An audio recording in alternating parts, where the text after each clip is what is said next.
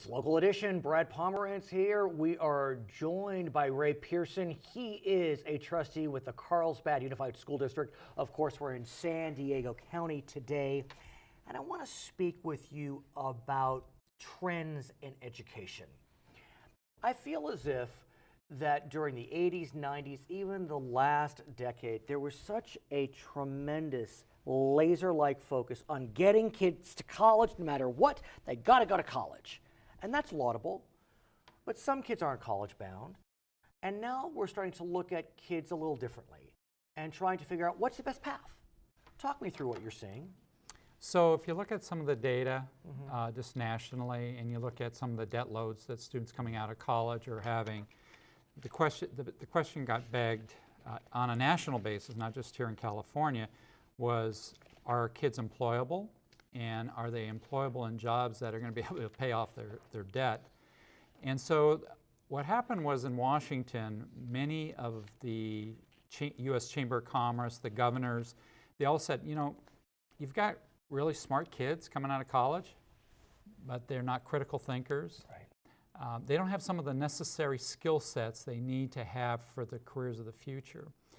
And so you started seeing a shift in education saying we need to really start rethinking what we're educating our kids for. And I want to ask you about that, because if you just look at the statistics, it does seem as if our graduation rates are rising, yes, which is surely a net plus, but having the piece of paper without something behind it doesn't necessarily get you much. And so, as you've described, what are we doing to make sure that diploma is worth something in terms of knowledge in the noggin? So I'm going to speak about Carlsbad Unified School District. And that's what I want you to do. Okay, so I'm going to speak about what we've done. We have, one of the key areas we have is we say we prepare kids for college and career. And Can I interrupt? Because how refreshing. Because for so long, it was just preparing kids for college. And you know what? It's okay if a kid is not college bound. That's okay. And a career could be part of career technical education. Yes. And if the kid is going to college, good, college and career, but it could be career exclusively. So, am I off? So I'm going to give you something that is really exciting to me. And I think it's exciting to parents, and I think it's even exciting to students. When they come to our high school, we have two high schools. And two alternative high schools, they have to have, in 9th grade, declare a pathway for a certain type of career. It's like a major almost. Exactly. But really what's important in that is they start thinking about careers at a younger age now. Not wait till they get to college and say, well, this is what I want to be. But how do you do that in such a way, and I'm sure you've thought it through with your colleagues, that you're not stressing out the kid? Because look, 14 years old or 14 years, I have a 9th grader, so you know, I'm exactly where you are. So I got to think there's a balance. So they were stressed out before. That's true. What am I saying? They were stressed out before. It's my child, so definitely stressed out. I've had 3 kids. I've gone through 9th grade. Yeah. I've gone through, you know, all 4 years of high school, and they were stressed out before. You're but right. they were stressed out because they were studying for tests.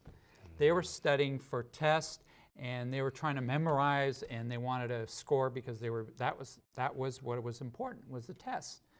Now, if they're stressed out, they may be stressed out about a project that they're doing with a community of 3 other members and say, oh, you know what, I've got to get this research done and doing this. And explain why there is this turn toward project-based learning, because that really is revolutionary. I didn't really do projects. I mean, occasionally, but I see my daughters 9th and 7th grade. Of course they have tests, and tests are important in their place, but there's also this push towards collaboration and creating project-based learning. So the jobs currently, where there is employment, and where the employment of the future, companies, may they be technology companies or biotech companies or engineering companies, collaboration is an absolute key to producing a product. Right, I mean, if you think about it, or service for that matter. At my job, I don't get tested. What I get is work with your colleagues. Yes. And so how refreshing that Carlsbad Unified and other schools are teaching that skill of collaborating. And I want to say, if you visit our elementary school, you're going to see that at the elementary school level. You're going to see a group of 4 students sitting at a table together working on, let's say, a robot project, or on a math project, or an English language arts project together, with the understanding that collaboration is a key skill set that they're going to need for the rest of their life and into their careers. And on top of that, through collaborating, it seems to me, you're creating the ability for the student to learn how to communicate effectively. Absolutely. And again, I'm a journalist, but aside from that, I'm not being tested, I'm being asked to communicate. Yes. And if you're not teaching kids how to communicate, what are you providing them? Exactly. So if you look at the employers now in the future, these are skill sets they're asking for.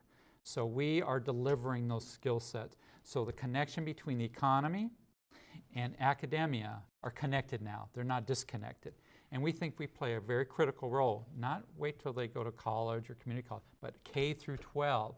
So even if they move out, go into their career right out of high school, Right. because there's a lot of careers, by the way, now, you just need you might need a certification. Right. And we have kids that are actually going to community college now from our district as well. So those are critical communication skills, collaboration, being able to work as a team. At the same time, a lot of the jobs that are presented to our children once they graduate from high school or college, they do require a certain sense and ability to self-direct. And so how do we teach those skills?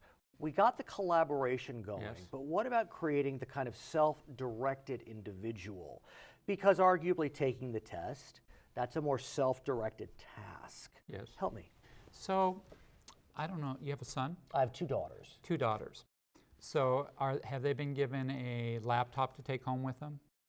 They have. They have iPads. So part of the movement in our district is to equip our students to be digitally competent. Right. Oh, yeah. And that is part of being self-directed, is being able to do search. We call it if you do a Google search. It's all good. But that is part of the technology, is to teach them to be independent, to be able to be self-directed, to get whatever piece of information or data or create whatever project they're working on. And that's the self-directed. The technology in itself is not important. What it is what it enables them to do. It is amazing to me what my 14 and 12-year-old daughters can do on their iPads. Isn't that amazing? The speed with which Yes. they are able to navigate. Yes. And it's nothing I could teach them. And in a lot of ways, it wasn't that they were taught how to use the iPad at school. It was that they had to self-direct themselves Yes. to figure out Yes. how to use Yes. the iPad. And that is one of those critical skills. Yes. The last element that I think is important is this notion of really inculcating in our kids the wish to be lifelong learners. How does Carlsbad focus upon that? So here's what I think is a lovely shift. And I think lifelong learners, including you and I, I'm trying. being lifelong learners, trying. is that learning is a fun experience.